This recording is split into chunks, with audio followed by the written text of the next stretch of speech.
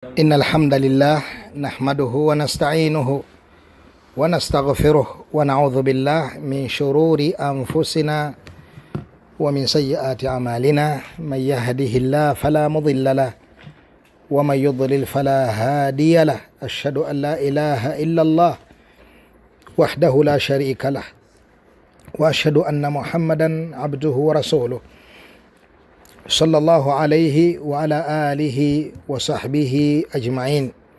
twebaza owekitiibwa Allah tabaraka wa taala nanyini matendo agatalimbuka endeevu. Tumusaba okusaasira n'emirembe ku mubaka alayhi salatu wassalam, khatamil anbiyai wal mursalin, ow'enkomerero mu bannabbi eyatumwa gye tuli bashiran wa nadhira. Allah yamutuma gye tuli ng'atuwa amawulire ag'essanyu ge gali waago agondera Allah nga mukkiriza, yani nga si mushiriku, agenda kuyingira ejjana ya Allah tabaraka wa taala. Ajeemera Allah imma mujeemedde okujeema okukaafuwala, oba n'amujeemera okujeema okutali kwa kaafuwala, agenda kufuna obulamu obwakanyigo ng'avudde mu bulamu obw'ensi. Amma omukafiiri tagenda kuva mu muliro. Amma omwononefu oyo ye asobolera ddala butereevu okuyingira omuliro, oluvannyuma Allah subhanahu wa ta'ala n'amugjayo, ate Allah asobola omuteeka ku bunkenke obulala n'abeera tamuyingiza muliro, oluvannyuma n'abeera ng'amuyingiza ejjana ey'ekitiibwa. Idhan abalungi abakkiriza, tukyagenda mu maaso n'ekitabo kyaffe kino usulu da'wati as-salafiyya kya mukadde waffe Sheikh Abdussalam rahimahullah rahmatan wasa. Tuli ku nkomerero, enkomerero gye bayita enjegoyego, tuli ku nkomerero y'ekitabo kyaffe kino, kubanga tuli ku kikolo eky'ekkumi, tukitambuddeko emisomo gyaffe giwerako. Saba Allah subhanahu wa ta'ala ateekewo omukisa mu byonna bye twakayiga ne mukadde waffe Sheikh Siddiq. Allah muteekemu omukisa, ayongere okumugasa naye umma. نعم.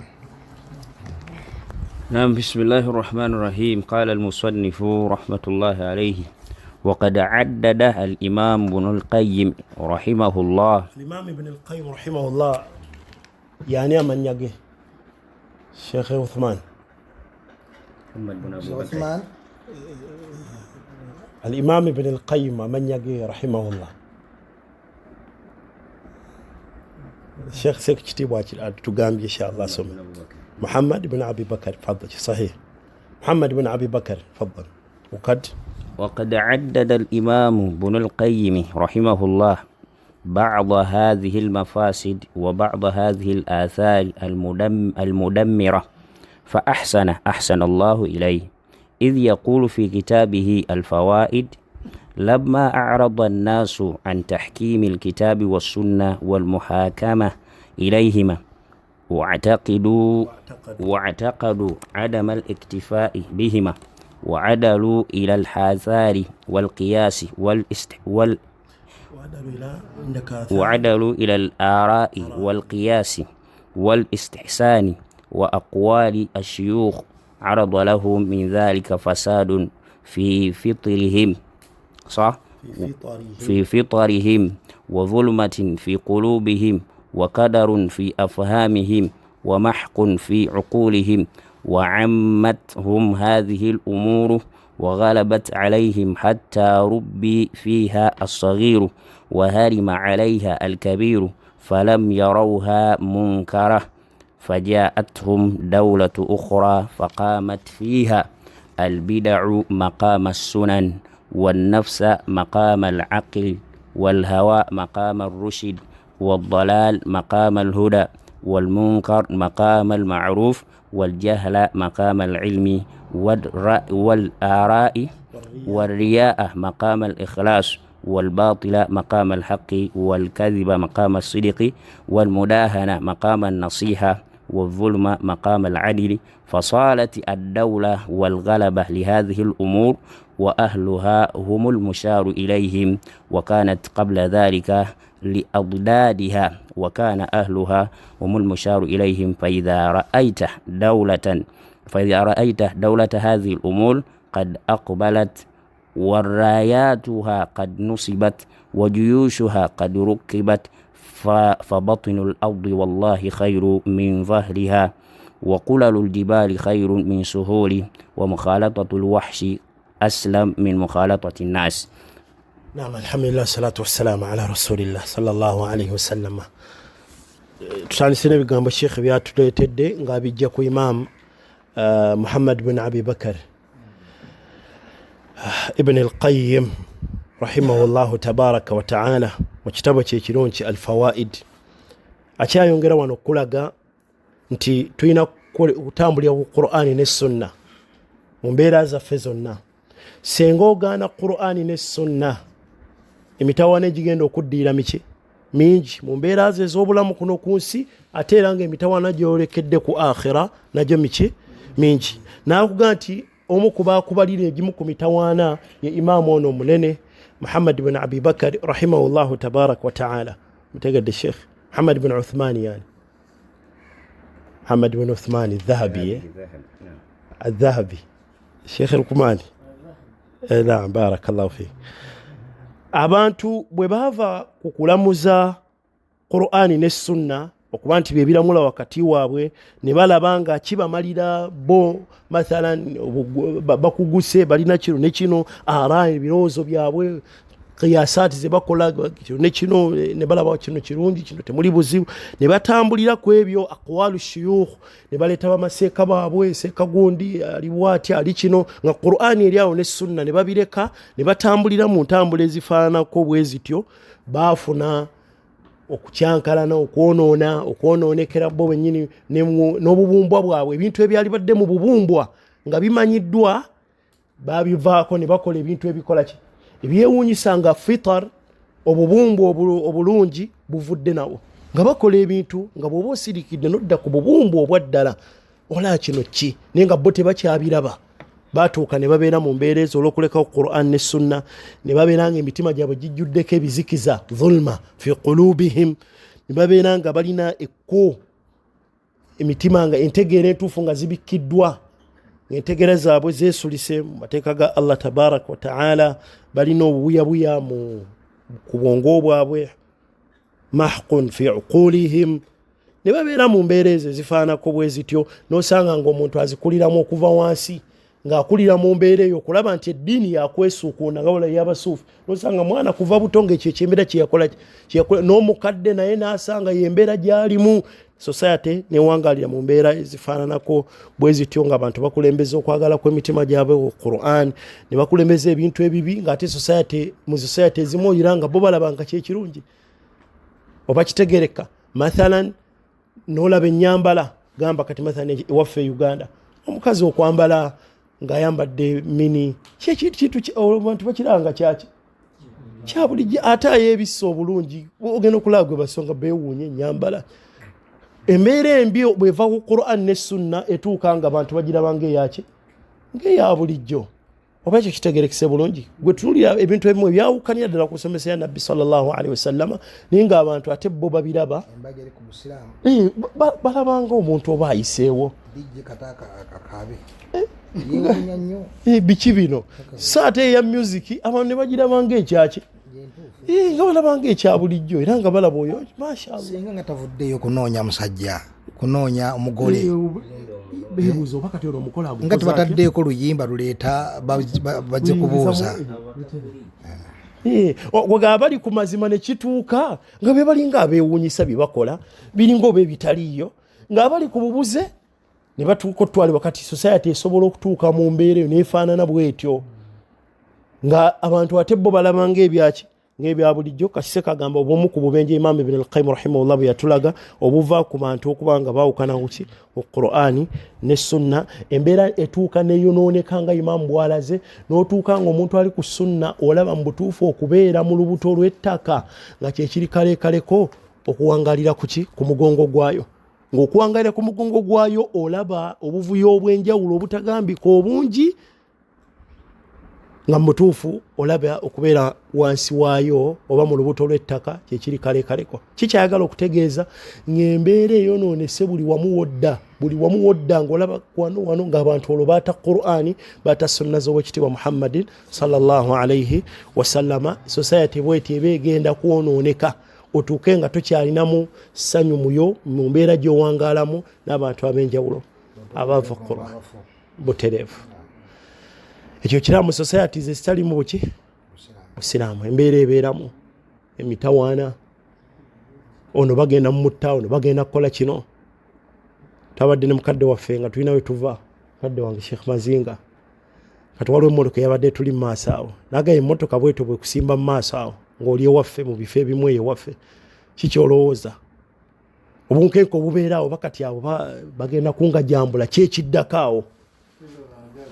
Society etalimu abantu kasita kiba ekifo tekiri mu ddiini omanye ekiddala mu mbeera y'okutugirwa nti oba mubbi kwetoolodde bagenda kugajambulako oba kukuba kujjako ssente zo, kyosuubira mu mbeera ezibaawo. Ne wano nti mu bifo nga bino abantu abali ku Qur'ani ku sunna ne bodda mu guzikiza tolina gweralikira nti ono agenda kukola ki. Embeera y'obulamu masha Allah ng'olaba ekola ki etambula. So obeera mu society etali ku Qur'ani na sunna obeera kuki buli bunkenke. Obeera mu society ng'eno gwe kitwale ekyokulabirako nti otambula n'oziba saa 8 ez'ekiro 9 olina society oba bifo ebimu ewaffe ng'essaawa ezo 9 osobola otambula okuggyako nga wenna otambula ekiddiira tokikola ki.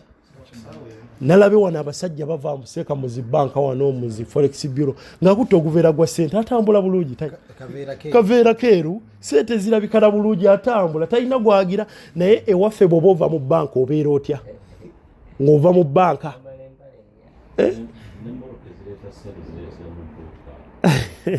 Ova mu bbanka olina okwambala empale nga nnya haji yangayika mabegakaawo okutambuza ssente. Empale ngajja kati zibeeramu eri empale eri esooka eri munda. Kakati society bw'eba evuddemu eddiini obulamu bwe butyo bubeera mubeera ku bulamu obwo. Ate munnange baba tebamanyi nti no bawangalira mu bulamu obuzibu ennyo, bamanyiira embeera eyo. Era obwongo tebubalaga nti waliyo societies endala ng'abantu batebenkevu tebalina mitawaana ekyo. Eriyo societies nga tebazimba na galaji yaki bateekeko n'amakufulu motoka bajja gikola ki. Lwaki toyogerera ddala nti yeeno gy'olimu? Emmotoka oteeka buteesaawo bweru tewaliwo ti bajja gigira bajja gisumulako kano. Asallallahu salama. Naam. فالواجب قال رحمه الله فالواجب على الدعاة إلى الله سبحانه وتعالى أن يلتزموا الكتاب والسنة في جميع أحوالهم لأن في الالتزام بالكتاب والسنة خيرا عظيما في الدين والدنيا. ما شاء الله. Ekyeteeka ku badduaati kwe kubeera nga tunyweza abantu ku Qur'an naki ne sunna bye birungi bye tugenda ofuna mu ddiini yaffe egenda kuwona ebeera entuufu ddiini gye tukola ng'eva mu Qur'an ne mu sunna na bwe kityo n'edduniya yaffe egenda tereera bwe tugizeeko ku Qur'an naki ne sunna. Naam.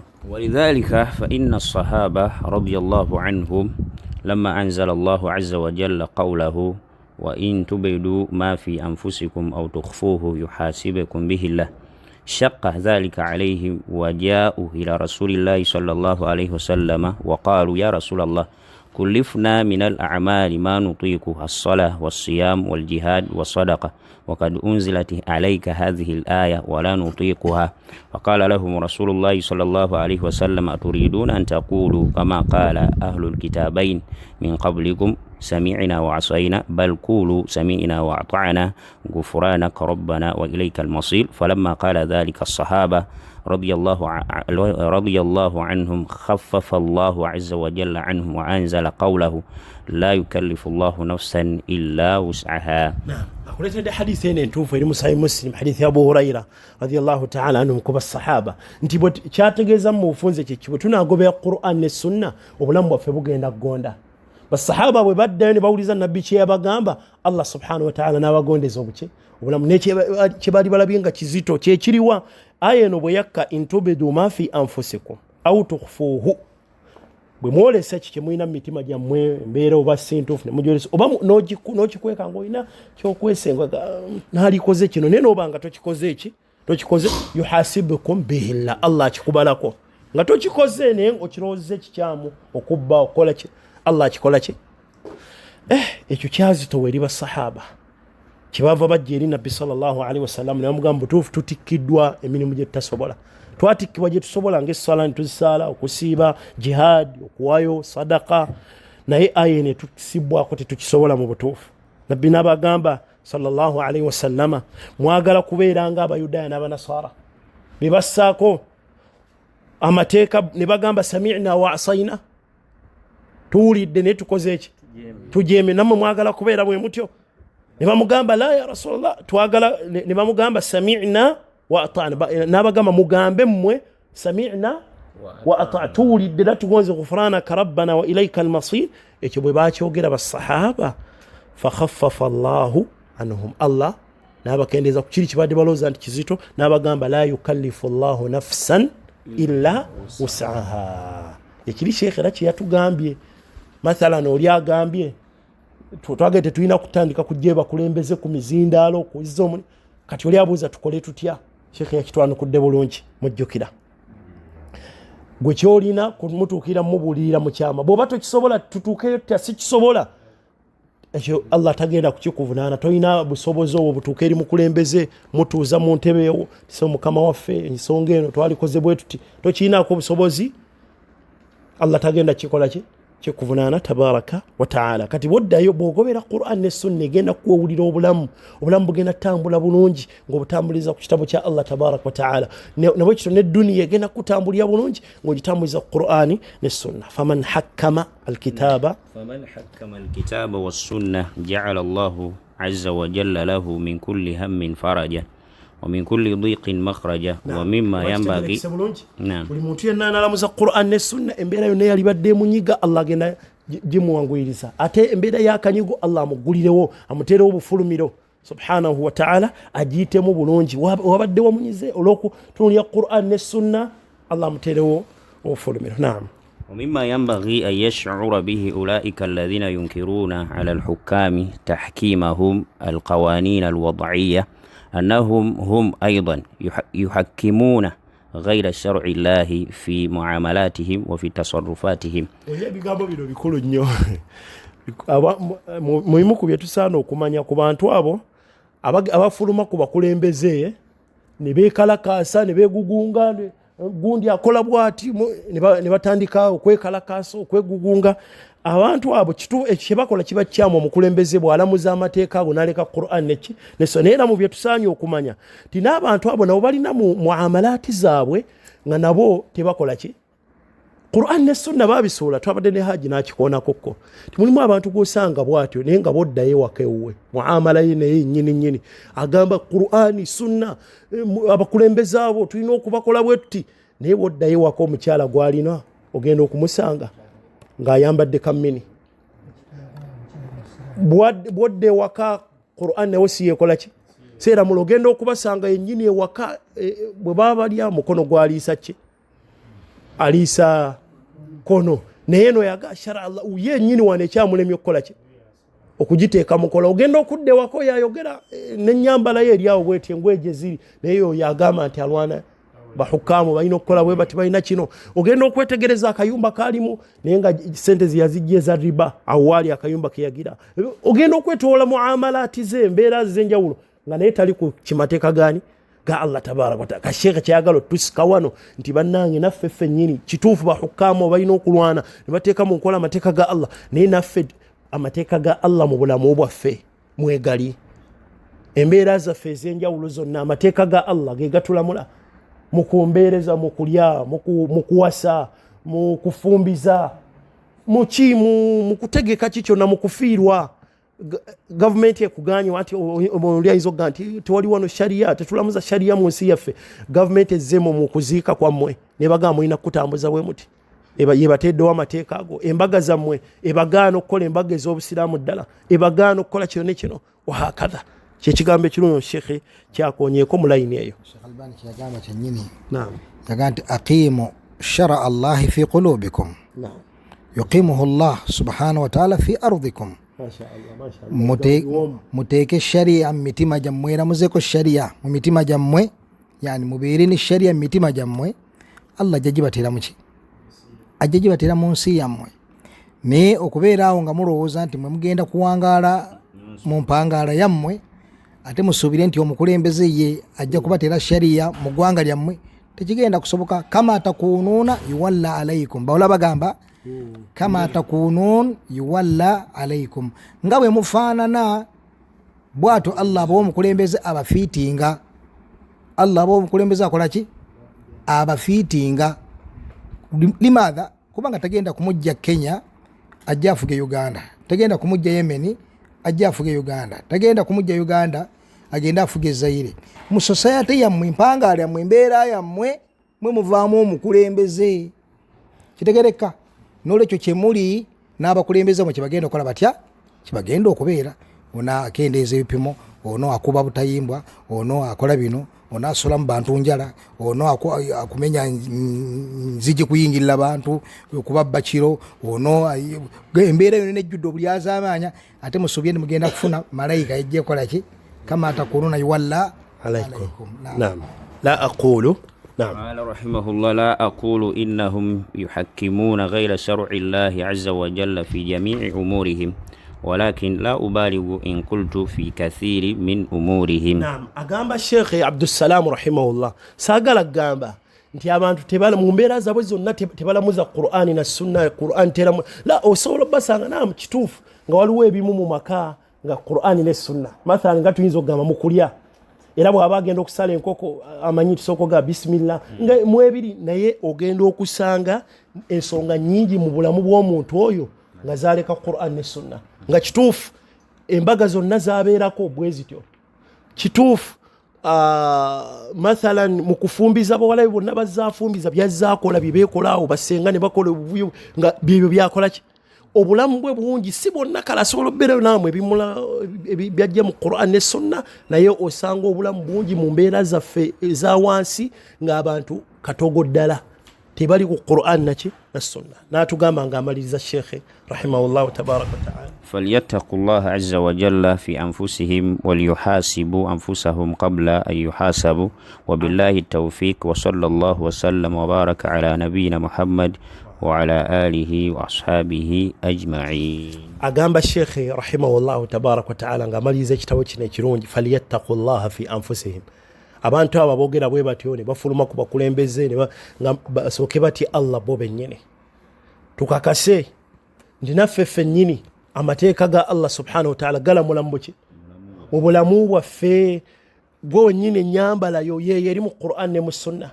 Enneeyisaayo gy'owangaalamu bazadde bo olina abazadde ye eri mu Qur'an ne mu sunna bwe kulagira okuyisa abazadde.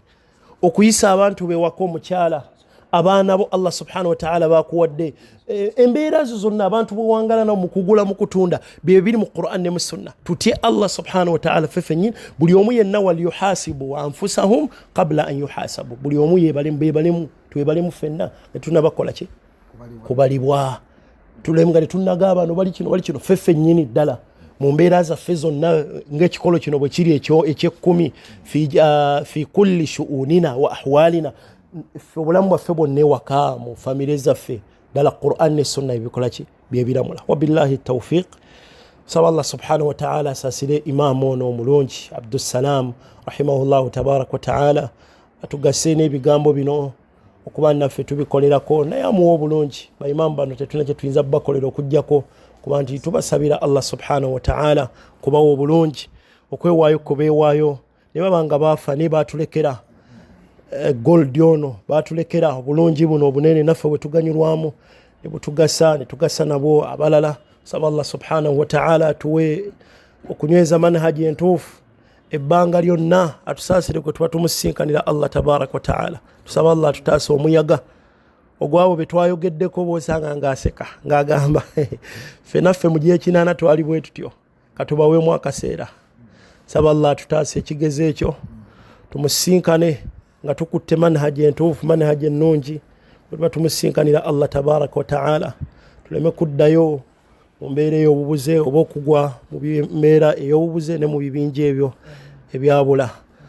Tusaba Allah subhanahu wa ta'ala atusasulire obulungi ne bakadde baffe bonna bamanyi baffe abalungi ne sheekha waffe ow'ekitiibwa Sheikh Muhammad Quraish Mazinga saba Allah subhanahu wa ta'ala amuwe obulungi ebitumuganyiddwamu ebingi wakati mu kuyita mu kitabo kino safari yaffe eno. Jazakumullahu khairan wa barakallahu fikum wa jazakumullahu khairan. Naam, Sheikh hayakallah hafidhakallah. Abebitiibwa tuli ku nkomerero y'ekitabo kino alhamdulillah. Amatini mukadde waffe Sheikh Nasif kitiibwa mulindwa hafidhahullah agawunzise yatandika ali muganda waffe Sheikh Usama Burhan Sendagire hafidhahullah. Era nga Sheikh mu budakiika buno bulinganga buna bwe kiri mukadde wange Sheikh Abdurrahman 5 abasiraamu ba Uganda bamanye tibali mbulungi buyitirivu, bali mu kyengera ekyamaanyi oluvannyuma lw'okubeera nti nno twabula katono obukafiiri naffe okutuzingiramu. Ekintu kino nno bannange tugwana tukyejjukize nnyo wakati waffe. Twabula kata okubeera nga naffe tufiira mu kaseera kali akaali wali mu myaka 17 okudda emabega nga mu Uganda temuliimu muntu ayitibwa musiraamu, ng'abantu basamize bonna, nga bakatonda bebamanyi be baddungu, be bandawula, be bakibuuka, be bamukasa n'abalala bafanako bwe batyo. Twebaza Allah subhanahu wa ta'ala alladhi tadarakana birahmatihi, eyatununula n'okusaasira kwe tabaraka wa ta'ala. Tuba kufiira mu kiseera ekyo ebigambo byali badde bizibu kubanga ahsan halan embeera yalisinza okubeera ennungi kwe kubeera ntwali badde butereevu mu hadithi ya Aswad bin Sari eri mu musnad ya Imam Ahmad ey'okubeera nti nno twali badde min ashabi alfitra alladhina yumtahanuna yawma alqiyama, abagenda ogeswa ku lunaku lw'enkomerero. Kigezo kinno munnange Allah agenda kuteekawo omuliro abagenda muguyingire. Lowooza ku kigezo ekyo Allah kyakutaasa ng'okyali ku bulamu buno obwensi. Eyali gumiikiriza n'aguyingira yali gusiŋŋaanye nga munnyogovu, naye ani oyo yalimize ppinna agati kanguyingire. Eyaliganya okuguyingira yalitwaliddwa mu muliro butereevu n'agusiŋŋaana nga muliro. Awo Allah tutaasaawo bunkenke obwo si bwe kiri. Omubaka Muhammadi sallallahu alaihi wasallama da'awa ye neetuuka mu ggwanga erya Uganda, neetambula emyaka 13 naam, nga kyetulinako z'empagi z'obusiraamu n'ebintu ebyokungulu, ng'enzikiriza omwoyo gw'eddiini ey'obusiraamu nga teguliwo. Abantu baali tebamanyi tawhid, tebawula wakati wa muwalimu omukubi wa kitabo naam na seeka owaddala, bali nga seeka owaddala omulungamu ng'omujjeruddawa yabisomyewa, kubanga irimu yaliwo ye irimu Shamsul Maarif, eyo Alburda Almadih, basoma Barzanji n'ebitabo ebifaanaganako bwe bityo, ne bawangalira mu mbeera eyo enzibu ennyo. Subhanallah, Allah n'akutaasa ggwe olwaleero oli kimu ku bibiri. Kimu ku bimeka? Ku bibiri. Imma oli mu abo da'awa y'obulungamu bye yasangawo nga n'eri emabega waliyokko.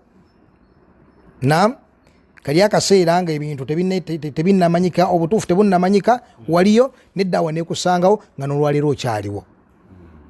Oba okubeera nga abavubuka abangi bendaba wano abataabirabanako, naam, bagenza okujja nga sunna weeri erikkiriya bulungi, nga ne bannabida weebali wali naye nga sunna weeri entuufu nga bagiraba.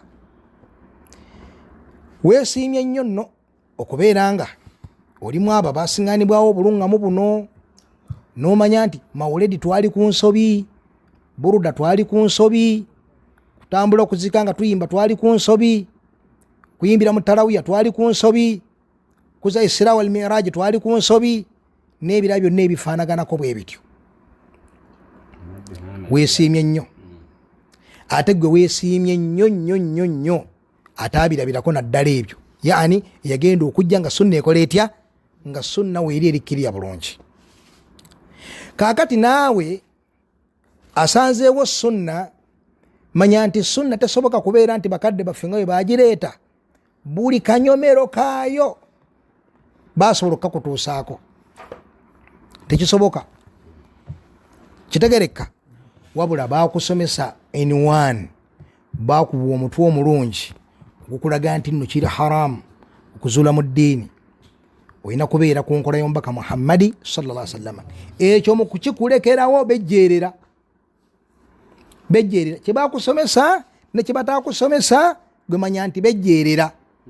Toddaawo n'ogamba nti kino mukadde waffe Sheikh Abdul Karim tiyakitugambako, kino mukadde waffe Sheikh Abdul Hakim tiyakitugambako. Bakikugamba bwe bakugamba nti tolina kubeera ng'ozuula. Kasi ekintu kyonna kijjanga kya buzuuzi mu ddiini, entegeera yonna n'ogitegeera nti ya buzuuzi mu ddiini, olina okugita. Olina ogikola otya? Olina okugita. N'olwekyo twebaza Allah, emyaka gyongedde okutambula nga Allah ayisiza ku bakadde baffe abo batulaga ekkubo eddungi erya kitaabu ne sunna ala fahmi salafil umma.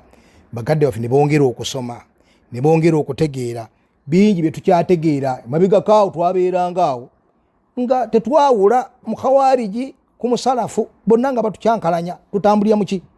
Tutambulira mu lufo olwo. Olwaleero weesiimye bisobodde okwawulira, obitegeera bulungi, otegeera bali bannabbi abakawariji. Togumaazibwa ekirevu, togumaazibwa engoye ziri waggulu, togumaazibwa ogamba sunna n'obategeera manhaji neekunyonyola bulungi n'ogitegeera, toguguba, tokiremerako. Abazikiri kalenge bangi ku basiraamu, ku bawalimu ndi omu kubo, twakolako omulimo, twasitula ku mugugu ne tutambula eno n'eri ne tukola. Allah n'atusobozesa si bituufu ne tubikola tutya? Ne tubivaako n'ebirala. N'olwekyo abalungi ab'ebitiibwa abakkiriza, mwebaza Allah subhanahu wa ta'ala mu kyengera kye tulimu olwali. Tulina b'amashayikhi fudala abategedde eddiini, abatunyonyola sharia eno. Muwulirize b'amashayikhi abo, mutegere fadhuli yaabwe ne qadari yaabwe, mubeere nga mutuuka mu maaso ga Allah subhanahu wa ta'ala nga mulina eddiini ya nabbi ddala nga bwe yagireeta alayhi assalatu wassalamu. Ekyo nno nkyekubiriza, nenkikubiriza baganda bange abali wano, nenkikubiriza buli musiraamu yenna ali eyo. Tokkiriza kubeera nga eva bakuteekamu ebintuntu ebikyusa entegeerayo n'okulabisa abawalimu bano mu ndabisa embi, ne batuuka okulowooza nti baagala kulamaza amateeka ga Allah subhanahu wa ta'ala. Hasha wa kalla. Naawe okimanyi nti ekyo okkiriza kyo omutima gwe kyegutakkiriza eri munda. Ddala bamaseeka bano tebaagala sharia eramule, mukhawariji n'akigamba n'okikkiriza? La, bakulaga mbeera nteekateeka ya busiraamu ku nsonga eyo n'entegeera ya busiraamu ku nsonga eyo. Oleke kukola mawano mu ddiini ng'ogatumya erinnya lyaki? Ly'obusiraamu. Tobeereyo ne bakubuzaabuza ne bagamba nti bano tebaagala jihaadi. Kaifa? Olwo ayati za jihaadi tuzikola tutya mu Qur'an? Naam, tuzikaafuwalire? Abadan. Naye bakugaana kimama, bagaana kukola bintu bitalinaako njigiriza ya busiraamu, bitali ku fiqhi wa busiraamu, bitali ku ntegeera y'abaulama b'obusiraamu. So si nti nno munnange balabe ba jihaadi, tebaagala jihaadi, tebaagala bamujahidini, tebamanyi byebadiri, tebamanyi byegindi. Nedda munnange, n'ebintu ebirala bingi nnyo bye bagezaako okugamba okubijjisa baganda bo abakutuusaako eddiini mu butuufu bwayo. Waffaqa Allahu al-jamii' lima yuhibbuhu wa yarda, walhamdulillahi rabbil alamin.